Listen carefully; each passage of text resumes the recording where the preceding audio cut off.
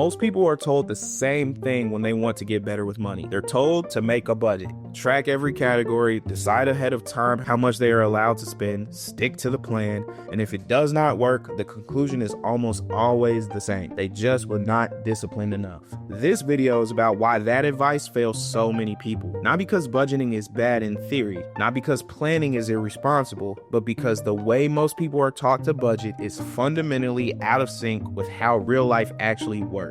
If you have ever created a budget, felt motivated for a short period of time, and then slowly stopped following it, I want you to hear this clearly. That doesn't mean you are bad with money. It does not mean you lack willpower. It means the system you were using was fragile, and fragile systems break under normal life pressure. Not because something went wrong, but because they were never designed to hold that up in the first place. So look, this is not a video about spending freely without thinking. It's not about avoiding responsibility. This is about understanding why budgeting creates more stress than progress for most people and what actually works better instead. To understand why budgeting fails, it helps to understand where it comes from. As a CFO, I've built budgets for companies, departments, and teams. I understand exactly why budgets exist and why they work. In business, a budget is a coordination tool. It aligns resources, forecasts outcomes, and distributes accountability across many people and systems. Personal finance is not a business. Businesses have predictable inputs. They have recurring processes.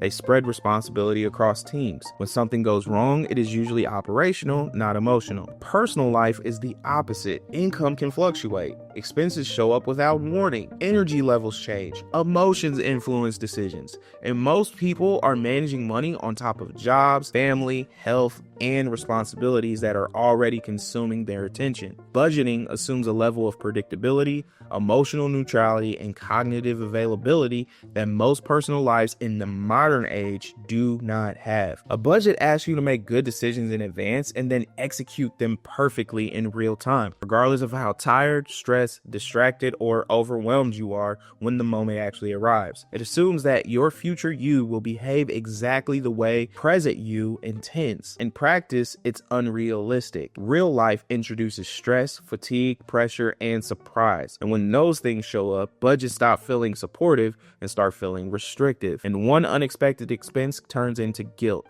One missed category feels like failure.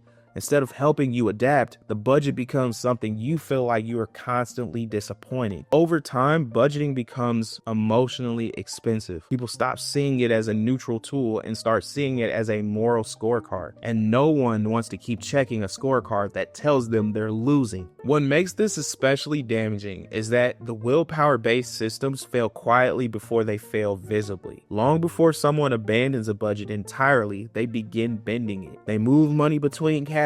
They stop tracking certain expenses. They tell themselves they'll fix it next month. From the outside, nothing looks wrong. Internally, trust is eroding. Every small deviation reinforces the belief that they cannot follow through. And over time, people stop trusting themselves with money. Motivation drops, avoidance increases, and eventually disengagement feels safer than trying again. This is why advice like just be disciplined backfires. Discipline works best in short bursts and stable environments. Personal finance is ongoing and emotionally variable. Systems that rely on discipline as the primary driver are asking humans to behave like machines in conditions that are anything but mechanical. The people who stop feeling stuck are not the ones who suddenly become more disciplined. They are the ones who stop relying upon discipline altogether and replace it with structure that holds even when motivation is low. The second reason budgeting fails is that it multiplies decisions instead of reducing them. I talk about this a lot on this channel. And when someone is budgeting, every transaction requires evaluation. Can I spend this? Is this allowed? Did I already overspend in this category? Each decision may seem small, but together they create a cognitive load, and that load creates decision fatigue.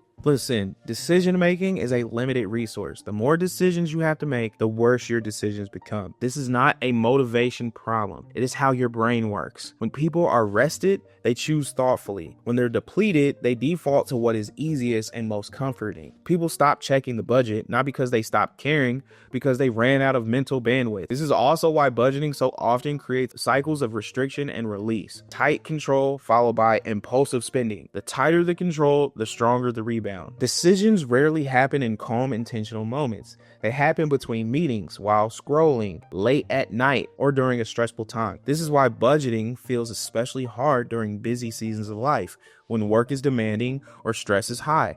The mental energy required to manage dozens of categories simply is not available. The system fails not because the person failed, but because the system demanded more attention than life could give. Third reason budgeting fails is that it ignores why people spend money in the first place. This is a doozy. Spending is rarely random.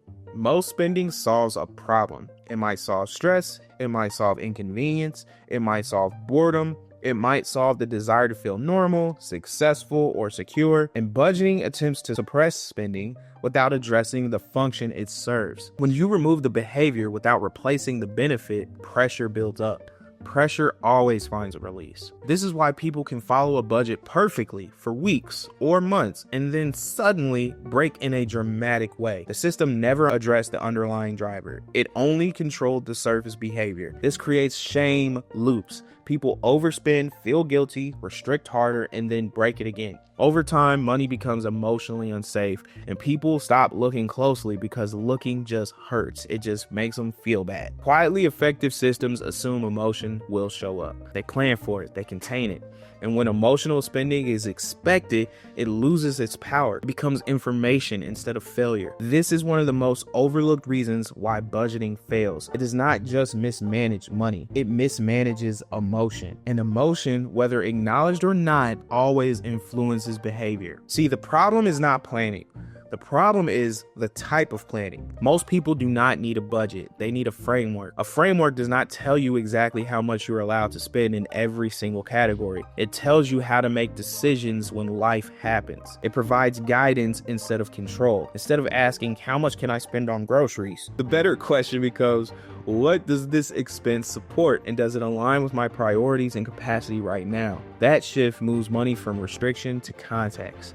And one of the most effective replacements for traditional budgeting is focusing on cash flow instead of categories. Instead of slicing money into dozens of buckets, you focus on how money moves through your life. What comes in, what must go out, and what is flexible, what is protected, what remains consistently. And when people understand their cash flow, fear decreases. Decisions become easier. One purchase no longer feels catastrophic because it is evaluated within a larger structure. Cash flow tells you whether your system is sustainable. Categories does not. Another replacement is using rules instead of limits. Limits feel restrictive and rules feel guiding. A rule like fixed costs stay boring or future me gets paid first gives direction without micromanagement. Rules are easy to remember and apply under stress. They reduce decision fatigue instead of increasing it. And automation matters here as well. Budgets assume you will manually make good decisions over and over again. Automation removes that burden. When savings, bills, and investing happens automatically, fewer decisions are required. Less willpower is needed. Some people worry that without a budget, everything will spiral. But this confusion comes from equating structure with control. Structure shapes behavior. Control tries to force it. And when systems are designed well, control becomes unnecessary. For people who have tried budgeting many times and feel discouraged,